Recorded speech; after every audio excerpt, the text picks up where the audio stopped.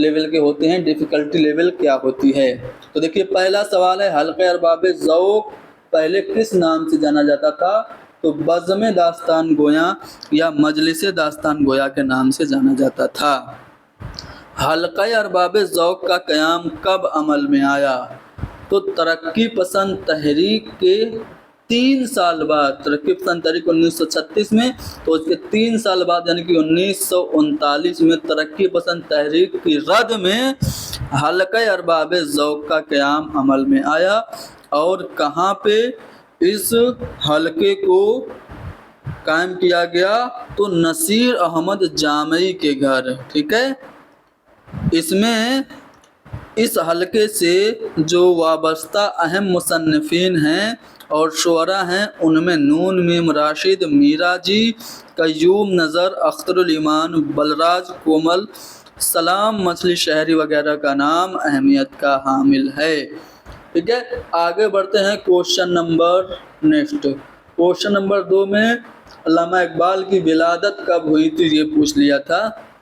تو علامہ اقبال آپ کو ترجمان الحقیقت کہا جاتا ہے، مرشد سیاسی کہا جاتا ہے، آپ کو شاعر مشرق کہا جاتا ہے، آپ کو غالب کا معنوی فرزند مالک رام نے کہا، عبد القادر نے کہا کہ اقبال کے روپ میں غالب نے دوبارہ جنم لیا، عبد الماجد دریابادی نے آپ کو امام العصر کہا، اور آپ کو حسان الہند آزاد بالگرامی نے کہا تھا، اور اختر رائے پوری نے اقبال کو فاسسٹ شاعر کہا تھا۔ تو بہرحال علامہ اقبال کے بارے میں یہ کچھ اہم باتیں آپ نے جان لی۔ علامہ اقبال کی ولادت کب ہوئی تھی؟ تو ولادت 9 نومبر 1877 کو سیالکوٹ میں ہوئی تھی، اور آپ کا انتقال کب ہوا تھا؟ 21 اپریل 1938 کو لاہور میں ہوا تھا۔ علامہ اقبال کے شعری مجموعوں اور نظموں سے متعلق سوالات اکثر دیکھنے کو ملتے ہیں۔ تو علامہ اقبال کے 4 شعری مجموعے ہیں، اور ان کی سن اشاعت کیا ہے یہ میں آپ کو بتانے والا ہوں۔ پہلا ہے باغ درا۔ باغ درا 1924 میں شائع ہوا علامہ اقبال کا پہلا شعری مجموعہ ہے۔ پھر دوسرا ہے بال جبریل 1935 میں شائع ہوا۔ تیسرا ہے ضرب کلیم 1936 میں شائع ہوا، اور چوتھا ہے ارمغان حجاز۔ ارمغان حجاز 1938 میں شائع ہوا، آدھا اردو میں اور آدھا فارسی میں ہے۔ علامہ اقبال کی دیگر تصانیف علم الاقتصاد، رموز بے خودی، پیام مشرق، زبور عجم، جاوید نامہ وغیرہ ہیں۔ علامہ اقبال کی اہم نظموں میں ہمالیہ، شمع و پروانہ، نالہ فراق۔ نالہ فراق انہوں نے اپنے استاد پروفیسر ارنالڈ کی یاد میں لکھی تھی، ٹھیک ہے۔ شکوہ، جواب شکوہ، شمع و شاعر، طلوع اسلام، مسجد قرطبہ، لینن خدا کے حضور میں، ذوق شوق، لالہ صحرا، ساقی نامہ، ابلیس کی عرض گداست، یہ سب نظمیں ہیں علامہ اقبال کی، ٹھیک ہے۔ چلیے آگے بڑھتے ہیں کوشچن نمبر 3۔ یہ ایسا سوال ہے جس کو DSS نے ڈیلیٹ کر دیا تھا، کیونکہ یہاں پہ آپ سے پوچھا ہے سیر کر دنیا کی غافل نوجوانی پھر کہاں، اس کے مصنف کون ہیں، اور صحیح جواب میں رشید احمد صدیقی کو مانا گیا تھا، جو کہ غلط ہے۔ رشید احمد صدیقی کی خود نوشت کا نام ہے آشفتہ بیانی میری، اور سیر کر دنیا کی غافل اس نام سے ایک سفر نامہ صغرا مہدی کا ہے، ٹھیک ہے۔ آگے بڑھتے ہیں، متناسب خیالات کے مجموعہ کو کیا کہا جاتا ہے؟ تو DSS نے پیراگراف مانا ہے، متناسب خیالات کے مجموعے کو پیراگراف کہتے ہیں۔ اگلا سوال سید عابد حسین کی کتاب ہے تلاش حق، یہ کس کی آپ بیتی ہے؟ مہاتما گاندھی کی کتاب مائی ایکسپیریمنٹ ود ٹروتھ، اس کتاب کا اردو ترجمہ ہے تلاش حق۔ اور سید عابد حسین نے جواہر لال نہرو کی کتاب جس کا نام ہے ڈسکوری آف انڈیا، اس کا بھی اردو میں ترجمہ کیا اور اس کا نام رکھا تھا تلاش ہند۔ اگلا سوال، مراثی انیس کے کرداروں میں کربلا کے المیہ کے ہیرو کون ہیں؟ تو امام حسین علیہ السلام ہیں۔ جب بھی مرثیہ کی بات آئے گی تو مرثیہ کو عروج پہ میر انیس اور مرزا دبیر نے پہنچایا۔ دونوں میں ادبی چشمک تھی اور دونوں کا موازنہ کرتے ہوئے شبلی نعمانی نے ایک کتاب لکھی تھی جس کا نام ہے موازنہ انیس و دبیر، 1907 عیسوی میں شائع ہوئی تھی۔ اگلا سوال، حجت الاسلام یہ کس ناول کا اہم کردار ہے؟ تو حجت الاسلام ڈپٹی نذیر احمد کے ناول ابن الوقت کا کردار ہے۔ ڈپٹی نذیر احمد کو اردو کا پہلا ناول نگار تسلیم کیا جاتا ہے۔ ڈپٹی نذیر احمد نے اصلاحی ناول لکھے۔ ان کے ناولوں کی تعداد 7 ہے۔ پہلا ناول میرۃ العروس 1869 میں شائع ہوا تھا۔ میرۃ العروس کے بعد نذیر نے بنات الناش، توبۃ النصوح، فسانہ مبتلا، ابن الوقت اور ایامہ جیسے ناول لکھے۔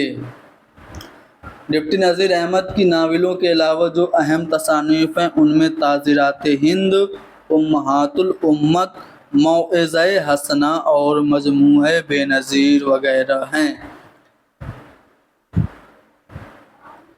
اگلا سوال ہے کہ صنف رپورتاج کس ادب کے زیر اثر اردو میں منتقل ہوا؟ تو انگریزی ادب کے زیر اثر اردو میں آیا تھا۔ اب یہ جو رپورتاج ہے اس کو اردو کا پہلا رپورتاج کسے مانا جاتا ہے یہ آپ سے پوچھا جاتا ہے، تو یاد رکھیے گا اردو کا جو پہلا رپورتاج ہے وہ کرشن چندر نے لکھا تھا جس کا نام ہے پودے۔ ٹھیک ہے، رپورتاج کو صحافت اور افسانے کی درمیانی کڑی کہا جاتا ہے۔ کس نے کہا تھا؟ تو رپورتاج کو صحافت اور افسانے کی درمیانی کڑی علی سردار جعفری نے کہا تھا، اور احتشام حسین نے کہا کہ ہم رپورتاج کو واقعات کی ادبی اور محاکاتی رپورٹ کہہ سکتے ہیں۔ ترقی پسند تحریک کے عروج کے ساتھ رپورتاج کا وجود آیا اور رپورتاج نے ترقی کی۔ ٹھیک ہے، آگے بڑھتے ہیں اگلے سوال پہ۔ داستان کہانی کی طویل، پیچیدہ اور بھاری بھرکم صورت ہے۔ داستان کے متعلق یہ قول کس کا ہے؟ کلیم الدین احمد کا ہے۔ ہم نے آپ کو جی آئی سی لیکچرر اور ایل ٹی گریڈ کا جو کمپلیٹ کریش کورس والی کلاسز چلائی ہیں اس میں داستان کا فن جب آپ سمجھا رہے تھے تو داستان کی تعریف میں کلیم الدین احمد کا یہ بیان آپ کو پڑھایا تھا۔ اگر آپ لوگوں کو یاد ہو تو بتائیے کہ مرزا غالب نے بھی داستان کی تعریف کی اور کیا کہا داستان کے بارے میں، کمنٹ کر کے بتائیے۔ اردو زبان میں سوانح نگاری کا آغاز کس صنف سے ہوا؟ تو تذکرے سے ہوا۔ ٹھیک ہے، تنقید کے ابتدائی نمونے بھی ہمیں تذکروں میں ہی دیکھنے کو ملتے ہیں۔ اردو کا پہلا تذکرہ میر تقی میر نے لکھا جس کا نام ہے نکات الشعراء، 1752 عیسوی میں لکھا۔ اس میں 103 اردو شاعروں کا ذکر ہے۔ اردو کے اہم تذکروں کی اگر بات کریں تو ریختہ گویا کے نام سے فتح علی گردیزی نے، مخزن نکات کے نام سے قائم چاند پوری نے، چمنستان شعراء کے نام سے لکشمی نارائن شفیق نے، طبقات الشعراء کے نام سے قدرت اللہ شوق نے، تذکرہ شعراء اردو کے نام سے میر حسن نے تذکرے لکھے۔ اردو زبان میں لکھا ہوا جو پہلا تذکرہ ہے وہ گلشن ہند ہے، مرزا علی لطف نے لکھا۔ مجموعہ نغز یہ تذکرہ قدرت اللہ قاسم نے لکھا، اور گلشن بے خار مصطفیٰ خان شیفتہ نے لکھا، اور گلشن بے خزاں قطب الدین باطن نے لکھا تھا گلشن بے خار کے جواب میں۔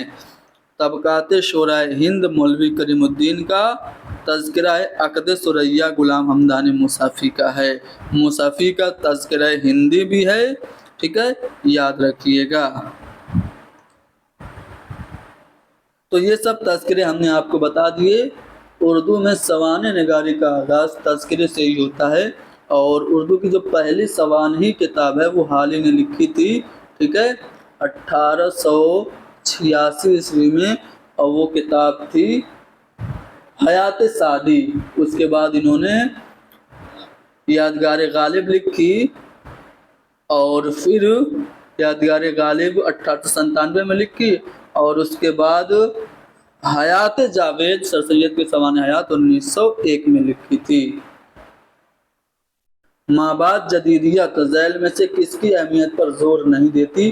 تو محوریت پر یہ زور نہیں دیتی ہے، باقی لامرکزیت، کثیر الجہتی اور علم بدیع پر زور دیتی ہے۔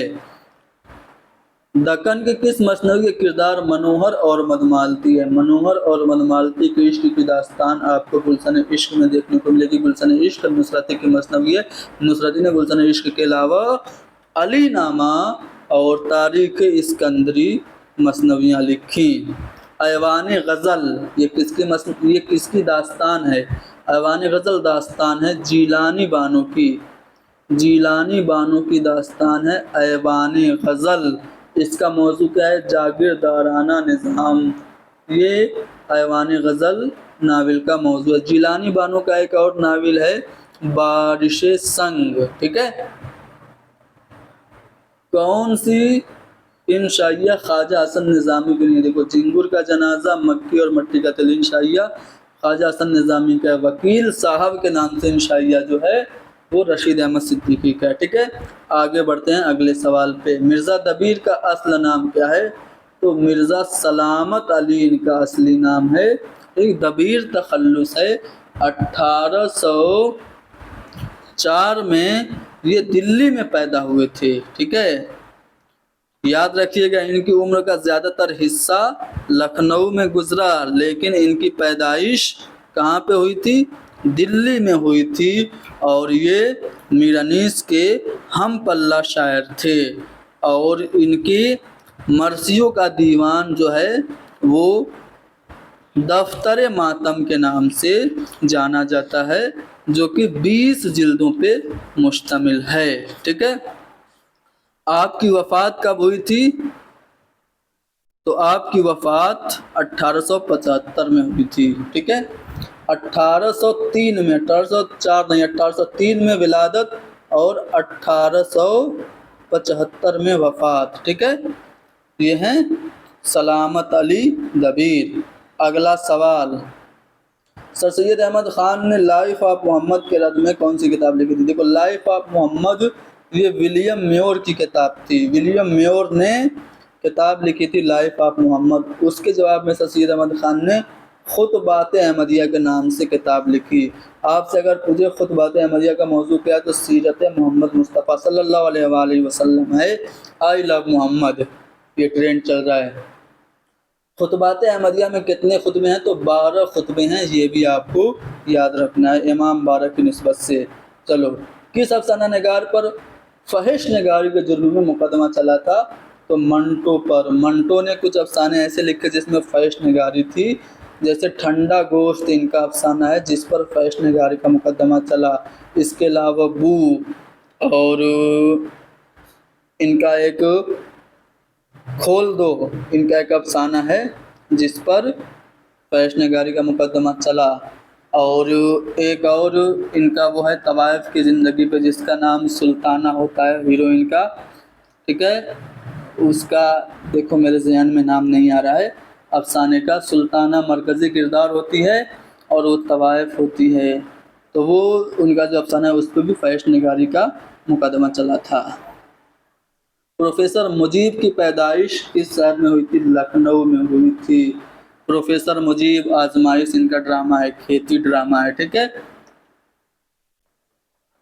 کہاں کی شاعری میں نسائیت کا رجحان ملتا ہے؟ تو لکھنؤ کی شاعری میں، دبستان لکھنؤ کی شاعری میں آپ کو جنس زدگی ملے گی، داخلی خارجیت ملے گی، نسائیت ملے گی، تصنع اور بناوٹ ملے گی، مبالغہ آرائی ملے گی۔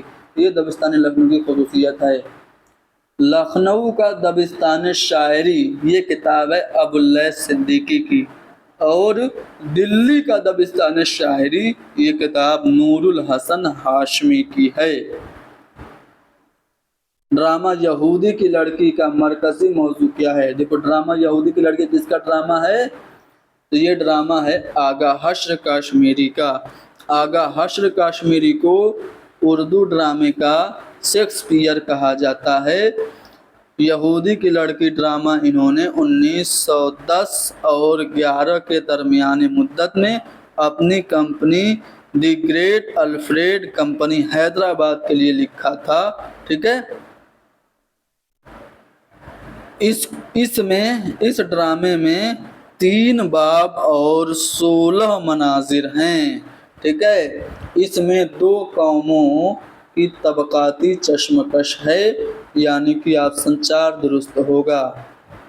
کل ہند انجمن ترقی پسند مصنفین کا پہلا اجلاس کس شہر میں منعقد ہوا تھا؟ تو لکھنؤ میں، جگہ کا نام تھا رفاع عام، وہاں پہ پہلا جلسہ منعقد ہوا تھا 1936 میں، جس کی صدارت منشی پریم چند نے کیا تھا، اور اس میں انہوں نے اپنے خطبے میں کچھ اہم باتیں کہی تھیں، جس میں سب سے اہم بات جو کہ اکثر پوچھی جاتی ہے، انہوں نے کہا تھا کہ ہمیں حسن کا معیار بدلنا ہوگا۔ اور بھی کچھ اہم باتیں انہوں نے کہی تھی، جیسے انہوں نے کہا تھا کہ ادب کی بہت سی تعریفیں کی گئی ہیں، لیکن میرے خیال میں اس کی بہترین تعریف تنقید حیات ہے۔ انہوں نے کہا تھا اپنے اس خطبے میں کہ ہم دوسری زبانوں کے اور ادبوں کے دسترخوان کے جھوٹے نوالے ہی کھانے پر قناعت نہ کریں، بلکہ اس میں خود بھی اضافہ کریں۔ تو یہ سبھی آپ کو باتیں یاد رکھنی ہے۔ پہلی کل ہند کانفرنس لکھنؤ میں منشی پریم چند نے کہی تھی۔ انہوں نے کہا تھا کہ ہماری کسوٹی پہ وہ ادب خرا اترے گا جس میں تفکر ہو، آزادی کا جذبہ ہو، حسن کا جوہر ہو، تعمیر کی روح ہو، زندگی کی حقیقتوں کی روشنی ہو، جو ہم میں حرکت، ہنگامہ اور بے چینی پیدا کرے، سلائے نہیں، کیونکہ اب زیادہ سونا موت کی علامت ہے۔ چلو آگے بڑھتے ہیں۔ حالی نے کس کا مرثیہ لکھا تھا؟ مرزا غالب کا۔ انہوں نے کہا تھا بلبل ہند مر گیا ہے ہاتھ۔ تو یہ بھی کوشچن پوچھا جاتا ہے کہ غالب کو بلبل ہند کس نے کہا تھا؟ حالی نے کہا تھا۔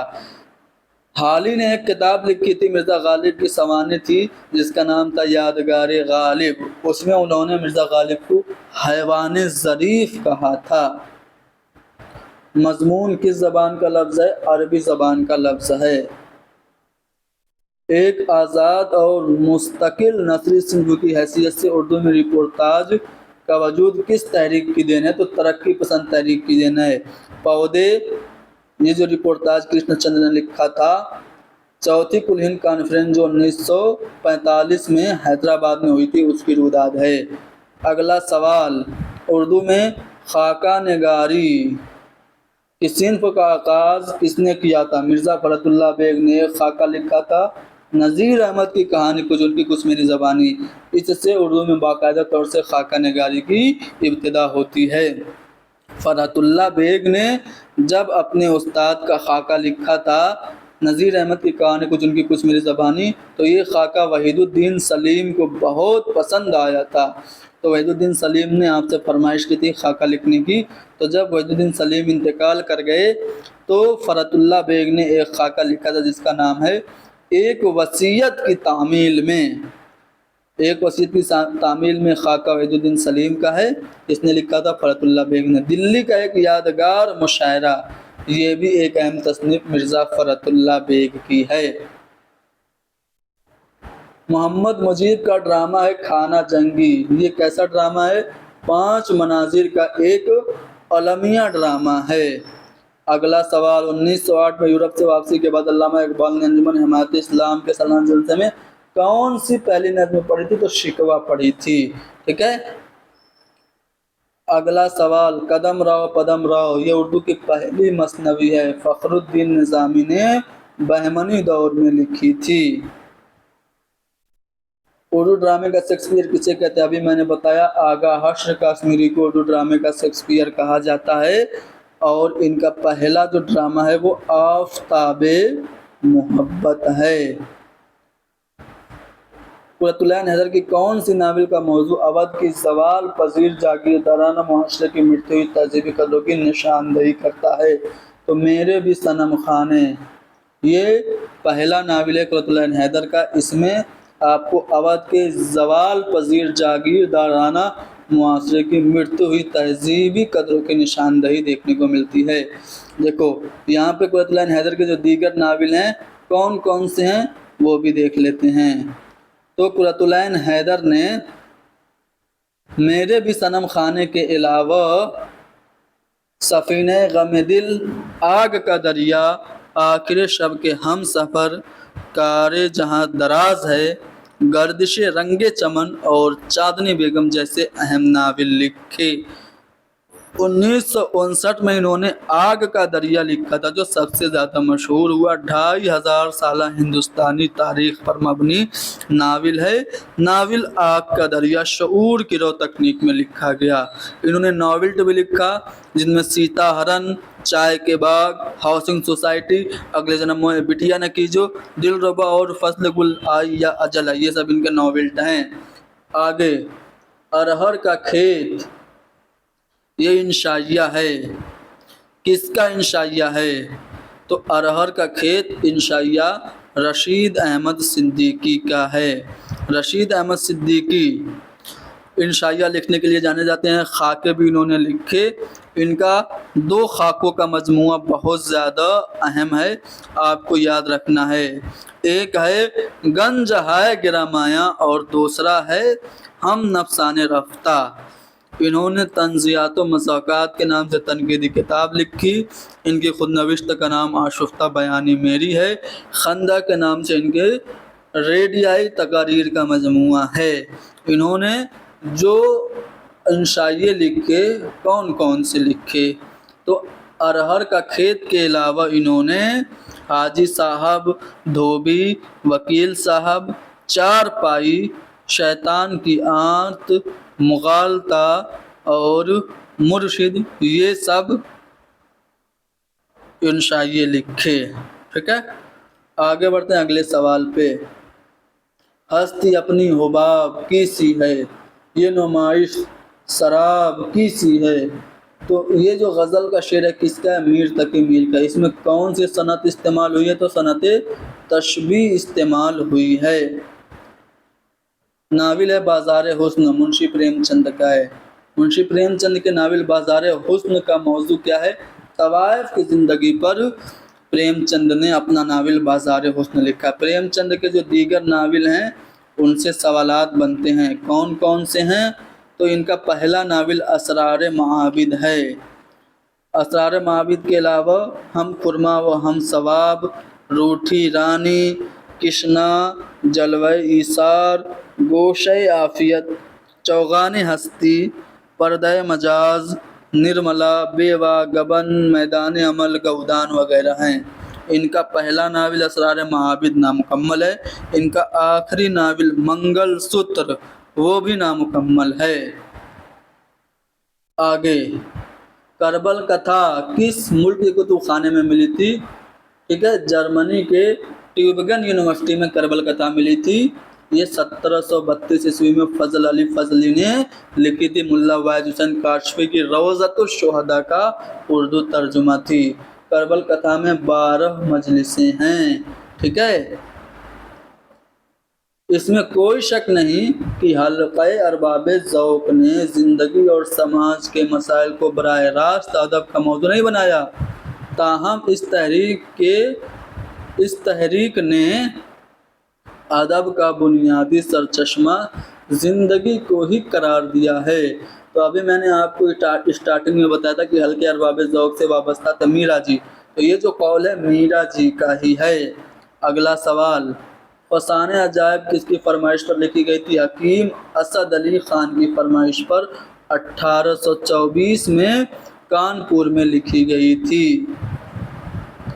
رجب علی بیگ سرور نے لکھا تھا۔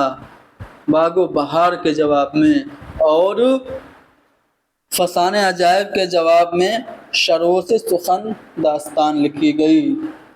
اس دبستان شاعری میں نشاطیہ عنصر غالب نظر آتے ہیں تو دبستان لکھنؤ میں۔ اگلا سوال، مرزا دبیر کس کے شاگرد تھے؟ پہلے یہ شعرہ تھا کہ ضمیر آیا، اب تو کہتے ہیں کہ استاد دبیر آیا۔ تو دبیر جو تھے یہ شاگرد تھے میر ضمیر کے، ٹھیک ہے۔ ایک قول مسعود حسین رضوی ادیب کا بہت زیادہ اہم ہے میر ضمیر کے بارے میں۔ وہ کہتے ہیں کہ اگر میر ضمیر نہ ہوتے تو نہ میر انیس ہوتے نہ مرزا دبیر ہوتے، یعنی کہ میر ضمیر کی ہی وجہ سے مرزا دبیر اور میر انیس کا وجود ہے، ایسا ماننا ہے مسعود حسین رضوی ادیب کا۔ اور میر ضمیر ہی وہ ہیں جنہوں نے مرثیہ کے اجزائے ترکیبی متعین کیے تھے، اور مرثیہ کی مسدس کی حیت مرثیہ کو کس نے عطا کی تھی؟ سودا نے۔ بازار حیات یہ کس کا افسانوی مجموعہ ہے؟ احمد ندیم قاسمی کا۔ DSSB TGT اردو والوں احمد ندیم قاسمی کو خصوصی طور سے ضرور پڑھ لینا۔ احمد ندیم قاسمی سے کئی سوالات پے در پے پوچھے گئے ہیں۔ زندگی کو خطرات میں ڈالنے والا سفر نامہ کی کون سی قسم ہے؟ تو مہماتی سفر ہے، ٹھیک ہے۔ آپشن 2 درست ہوگا، ٹھیک ہے۔ تو DSSB TGT میں پوچھے گئے سوالات ہم نے 40 سوالات حل کر لیے، مزید سوالات اگلی کلاس میں حل کیے جائیں گے۔ اس سے آپ لوگوں کو یہ اندازہ ہو جائے گا کہ DSSB TGT میں کیسے سوالات دیکھنے کو ملتے ہیں۔